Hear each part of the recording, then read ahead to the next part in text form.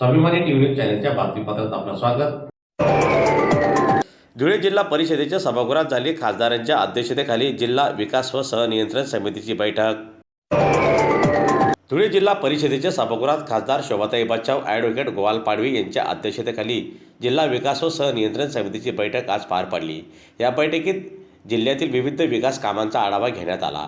तसेच प्रलंबित विकास कामांचा आढावा घेण्यात आलेला असून प्रलंबित योजनांबाबत संबंधित विभागांना सूचना देखील देण्यात आल्या आहेत।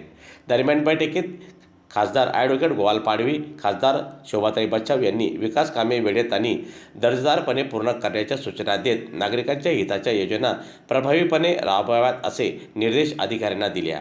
तसेच शासनाच्या योजनांचा लाभ शेवटच्या घटकापर्यंत पोहोचविण्यासाठी प्रशासनाने अधिक काटेकोरपणे काम करावे असे बैठकीत खासदारांनी अधिकाऱ्यांना सूचना केल्या असून आजच्या या बैठकीसाठी विविध विभागातील अधिकारी कर्मचारी मोठ्या संख्येने उपस्थित होते। त्याबद्दल काय निर्णय घेतला गेला नाही आहे।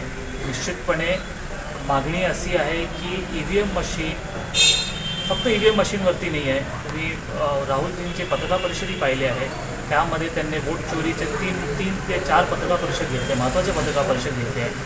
मतदार यादीमध्ये जो घोळ आहे, निवडणूक आयोगाकडून ज्या पद्धतीने मतदार यादी जाहीर केली जाते आहे त्याच्यामध्ये काहीतरी दोष आहे, निश्चितपणे त्यांनी सिद्ध करून दाखवलं आहे। त्याचं उत्तर अजून भारतीय जनता पक्ष उत्तर देत बसते आहे, पण निवडणूक आयोगाकडून अजून समाधानकारक उत्तर भेटत नाही।